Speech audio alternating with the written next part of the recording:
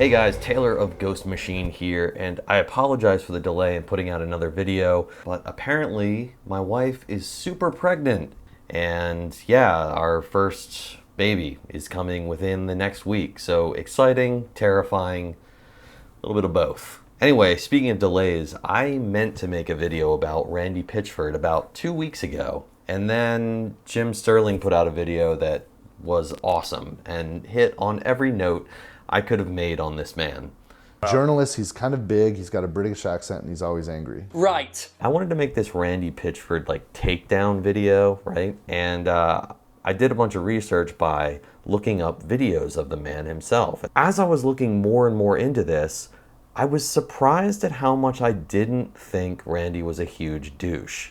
Generally speaking, I thought he was going to be like more cartoonishly villainous, and he's really not. Randy Pitchford comes off as a dorky dad at press events, but like he's pretty good at magic, like weirdly good. I'm annoyed by how impressed I am by that magic trick. Like, yes, this guy's a huge dork, but also like, come on. It's pretty good. It's pretty good. I mean, it's, you know, it's nice. So, I mean, I initially ended up not hating the guy or seeing him as the epitome of everything wrong with the industry like I expected to. I mean, at least this guy got excited about the projects his company was putting out. Battle Royale games are fun.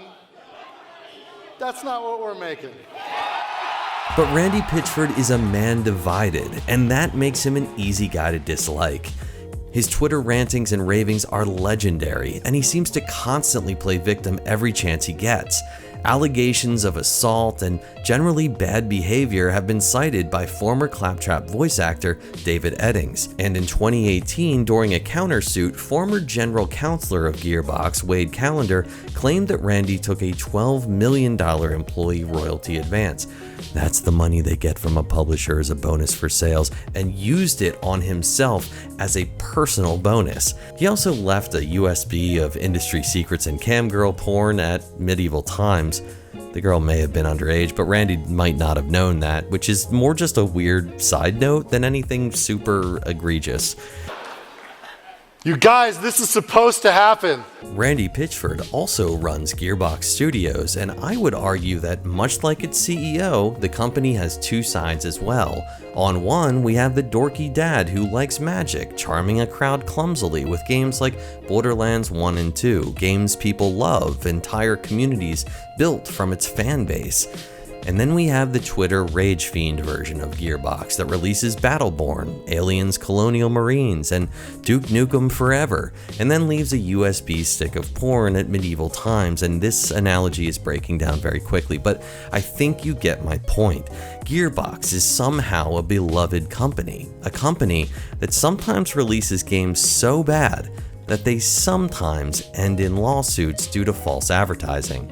It was probably one of those 7.5 kind of games, 7.5 kind of games, 7.5 kind of games that came out right after we did Borderlands. My point is this: I don't know if Randy Pitchford's bad behavior and impulsiveness is what drives the creative direction at Gearbox, but whether it's Randy or the producers, gameplay designers, lead programmers, lead artists, level designers, or someone else on the team who should be giving some oversight, very bad games have the Gearbox logo on them. Tone-deaf, half-baked products were released with the name.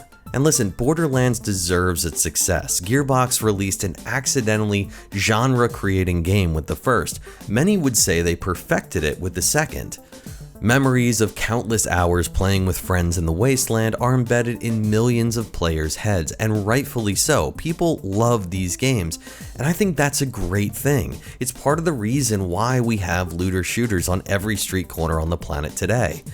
And so maybe the problem with Gearbox is when they make any game that isn't Borderlands. Hell, even Borderlands games, and especially the DLC, has a very mixed reception. So when I see comments on the Borderlands 3 trailer such as, "Looks like Borderlands 2, which is all I want from Borderlands 3, I think it's somewhat misguided. It's going to take a team at the top of their craft to put out another looter shooter in 2019 that has some legs. It's going to take ingenuity, attention to detail, and probably some bold design decisions, because if just more Borderlands 2 came out today, I don't think people would be playing it past the first 2 weeks after release. It's going to have to be more than that.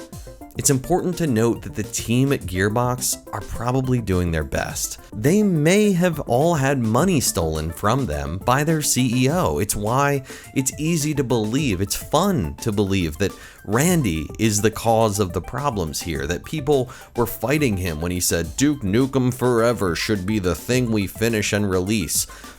I want to believe there were riots, but whether they fought valiantly against making bad games or happily got to work inspired to make the worst Alien game ever, as consumers, we need to be wary.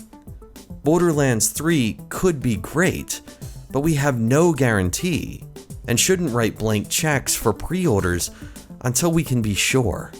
Gearbox is a studio that's put out games that are great to play, that people absolutely love, and they've also put out games that they had no problem stamping their name on that were garbage. So it's something to keep in mind. I don't think Borderlands 3 will be garbage. I think they're putting a ton of work and money into that game. It's just something to be mindful of.